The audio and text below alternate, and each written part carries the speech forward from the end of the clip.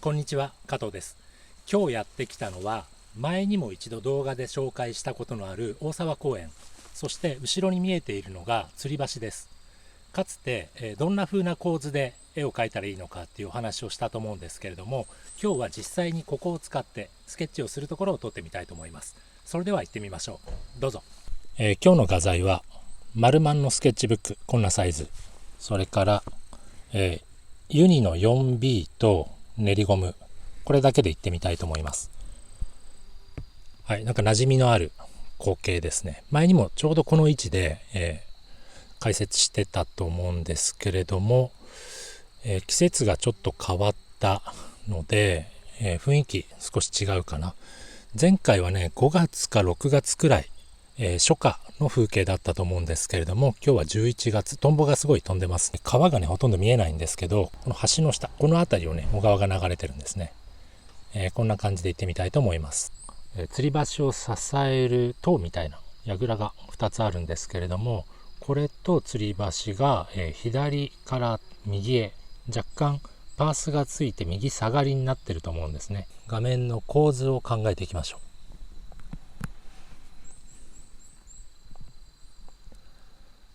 どこまでを入れるかなんですけどね、当たりをつけます。この辺に手前の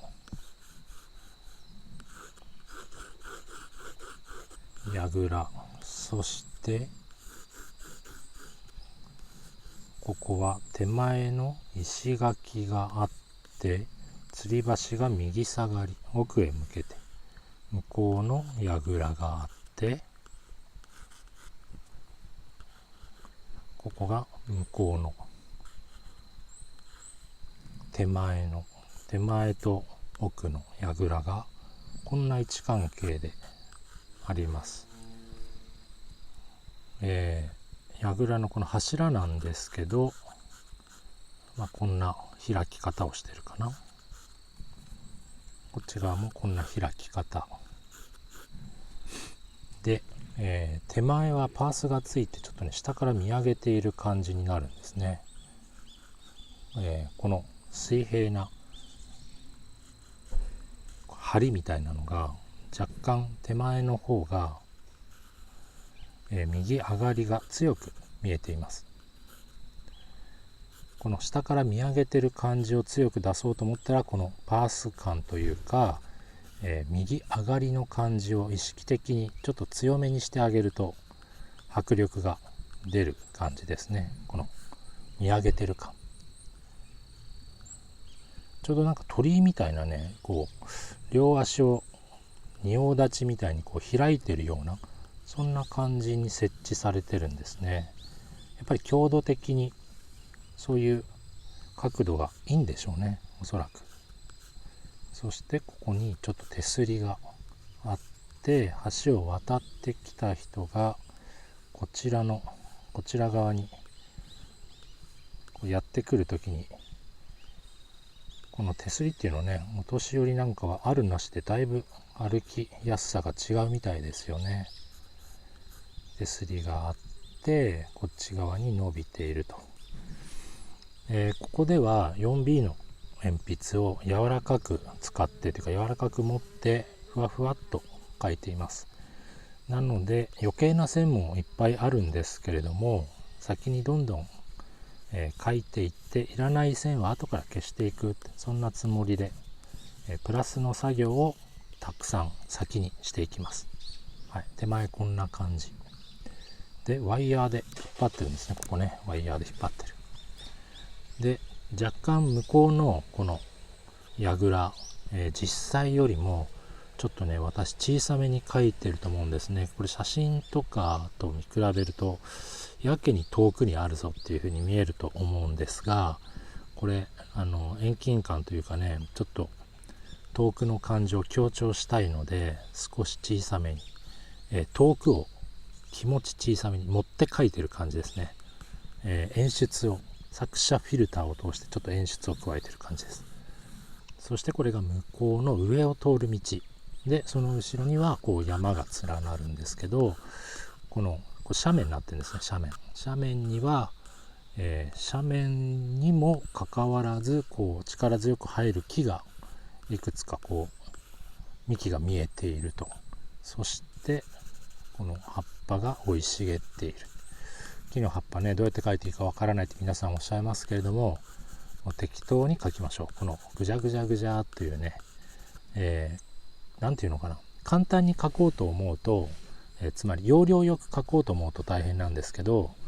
あんまりこう要領よくないっていう、要領よく描こうと思っても描けるもんじゃないっていう、こう諦めからスタートすると、まあ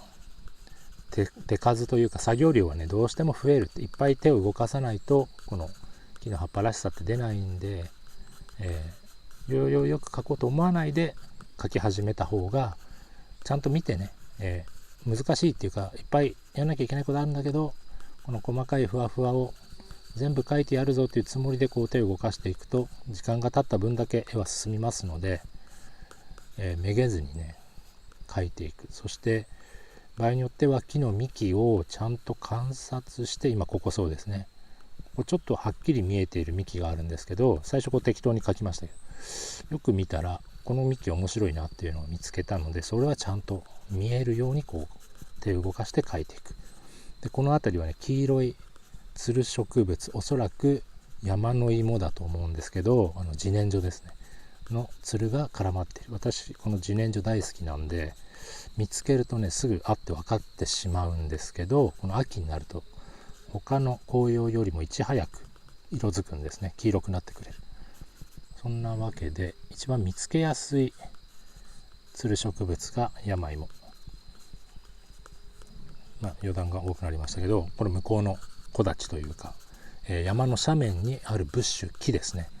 はい、ぐじゃぐじゃと描いてみました。でこれだけだとなんだかよくわからないので、ちょっと日向と日陰に大きく分けてみますね。この辺が日の当たっているところ、この辺も日の当たっているところ、今日はこの構図だと左上から光が当たってる、今午前中なんですけど、左から当たって右下が暗くなっている。その左上を向いている枝の飛び出ているところが明るい。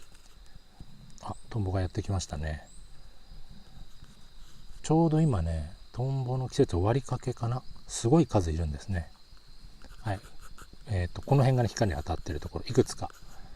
あります。でそれ以外は結構暗いんですよ。なのでちょっと調子をトーン落とします。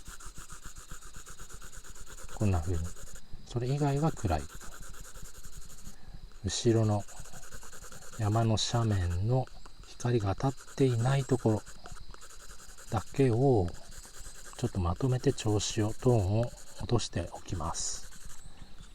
こんな感じですね。この辺も、この右下も全部暗いんですね。これ暗くしておきます。このね書き手順というか、どんな順番で作業していくのか、どこから手をつけてっていうね、その書き手順もこう皆さん結構気になる。どんな順番で書けば手をつけていけばいいんですかって聞かれるんですけど、私はこの大きな構造物を書いたら、そこから先はねもう好きなように、その要領よく効率的に書こうと思うと順番気になると思うんですが、どうせ効率よくなんて書けないと思って、自分は書きたいと思うものを、やっぱり手をつけていく方がいいと思っているので、例えばこんな感じですね。手前と奥の櫓を描いて、バックの暗い調子を今入れてみました。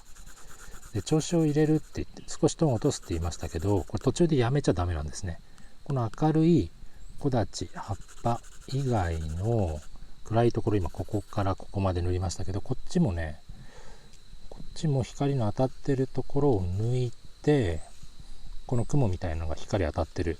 枝です。そこを抜いて、それ以外を塗っていきます。この作業は区切りを1個ずつつけていった方がいいんですね。途中でやめない。今地の部分をちょっとトーン落とすっていう作業をやり始めたので、画面の中のその光が当たってないところは全部塗るまで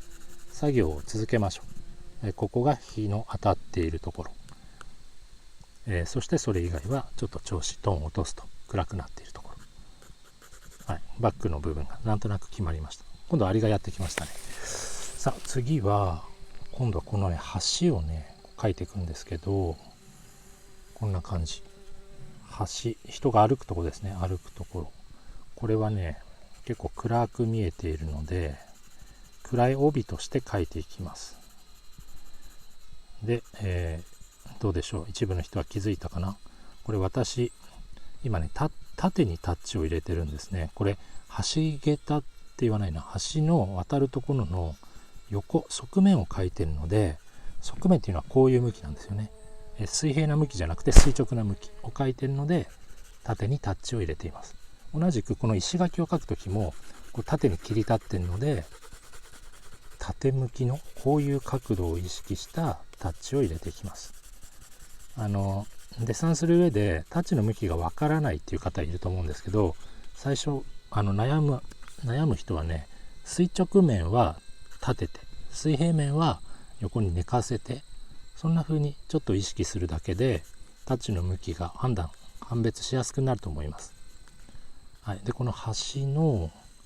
下ちょっとここ影できてますね。影ができてる、暗く見えてる。でこれ向こうのね川の向こう岸のなんて言うんでしょう、草植え込みとは言わないな、ブッシュ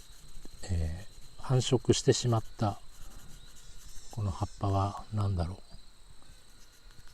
う、名前わかんない葉っぱですね。こんな感じ。この橋の下がちょっと影になっているってことと、側面が横向きの上の面は光当たって明るいんですけど、この、川に張り出してる覆いかぶさるようになってる面はちょっと暗くなって見えてる。そしてここはね石がちょっと積んであって河原に降りられるように、ここ遊べるように子供がなんか足を洗ったりするようにちょっと石が積んであるんですね。草とは違う質感なのでちょっと石っぽくもこもこ描いておきましょう。そしてここちょっと階段みたいのがあってブッシュが少し途切れている。でここら辺を見るとやっぱり人工的に少し足場を整えて階段みたいに作ってあるんですね。ここね洗い場です。近くの山登った人が靴の泥を落としたりするのにここを降りて階段を降りて川の水で洗えるようになってるとこですね。こんな感じ。そしてから今度は向こうの手すりもちょっと書き入れていきましょう。遠い部分にある手すりなんですけど、これはね絵的にはわざとちょっとね不揃いな感じで定規で測って描いたような、整然とした手すりなんでね、もちろんこれガードレールと一緒で間隔が一定になっているものなんですけど、この絵描く上ではねこの手書きのちょっと不揃いな感じ、わざとずれてたり、まばらだったりする方が趣があっていいなと思うことが多いので、ここはねちゃんと数えて、見えるように描くんですけど、わざとその不揃いな、手書きならではのちょっと不揃いな感じを意識的に出しています。だいぶ来ました。前方がちょっと見えてきたかな。結構ね日差しが強くてここ逆光がね暗いんですね。ここね手前のここの部分結構暗く見えています。そして細かな草があって石垣はちょっと描いておきましょうかね。特徴的な石積みがちょうどひし形みたいに、こういう並びで積んであるんですね。こんな並びで大きいのちっちゃいのこんな並びで積んであるので、それ目立つところ形がはっきりしているあたりはちゃんと描いておきましょう。はっきりしてないところはねあえてはっきりしないように描いていく。その見えないものを見えるつもりで描くと嘘がバレてしまうので、なんて言うんでしょうね、作者フィルターって私よく言いますけど、実際に見えてる通りじゃなくて絵としていい感じを選び取って形はデフォルメしたりすることもあるんですが、独りよがりに自分の都合よく形を解釈するんではなくて、絵にとっていい形を抽出していく、絵にとって必要と思われるから形をデフォルメしたり省略、単純化したり強調したりするんですよね。そこを自分の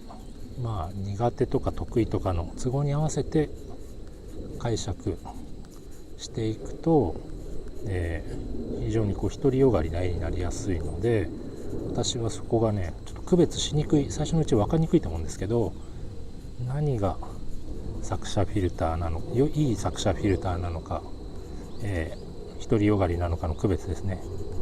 今こんな感じで鱗みたいな模様の石垣を描いてきました。手前の方がやっぱり大きく見えるんですね。石がどんどん手前ほど大きくなってきて、ちょっと不揃いな感じで、右下に向けてブッシュが、これシダ植物が結構生えています。こんな感じかな。はい、だいたい全貌見えてきたんだけど、ですね、この中継、橋の向こう側のブッシュちょっとだけトーンを落として、で吊り橋特有のワイヤーを描いていきましょう。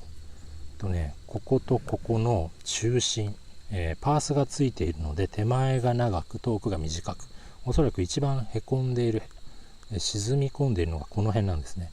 ここから描いてきますよ。一気にギューッとこんな感じで、向こう側はここからここへ向けてこう来てこう来て、こことつながります。一番へこんでるのはこの辺、こんな感じですね。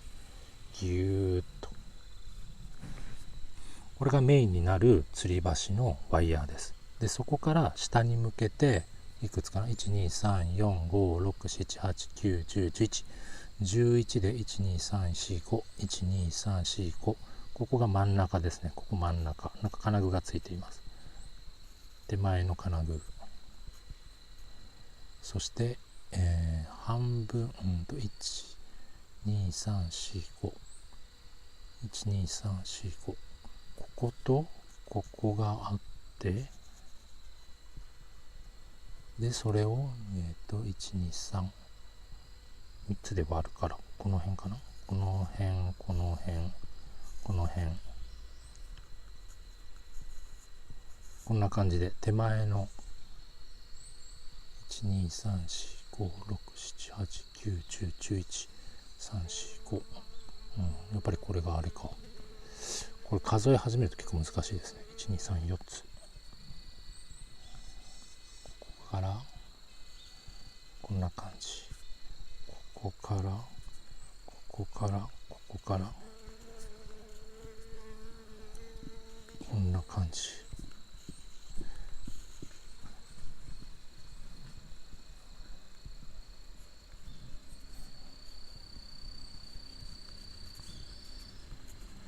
はい、手前のワイヤー描いてみました。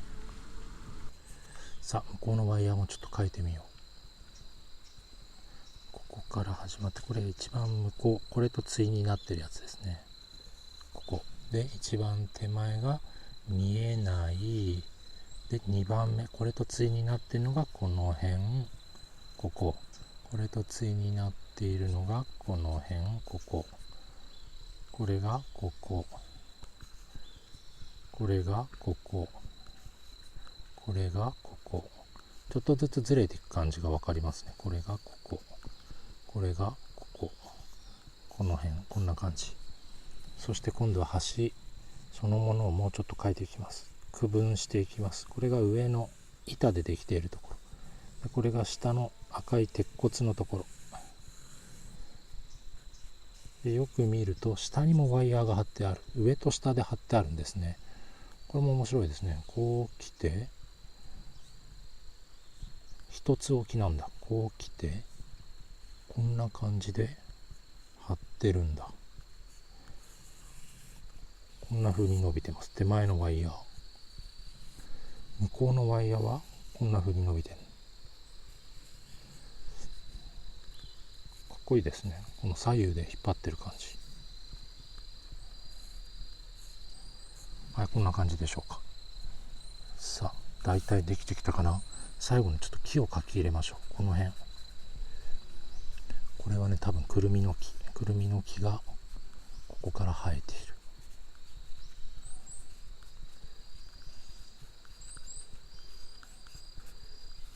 結構細い枝がいっぱい出てますね。はい、これが幹、中心の幹で左右に絡み合うような感じで、葉っぱはもうあんまり残ってないですね。はい、こんな感じで、枝がいっぱいあります。この下へ歩くとね、くるみが多分相当落っこってると思います。はい、こんな感じかな。枝、そして手前の木はここ省略しましょう。そして最後、この橋の柱の、光がちょっと弱くなってきましたね。この橋の柱のディティール、もうちょっと下側暗く見えるところ強調して、これで完成にしましょう。こんな感じ。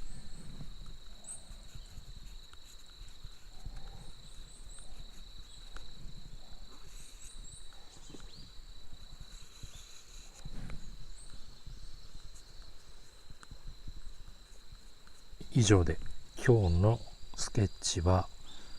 前にも紹介した河原の吊り橋の風景です。ここ川流れてるとこですね。はい、こんな感じで終わりにしたいと思います。この感じがこんな感じ。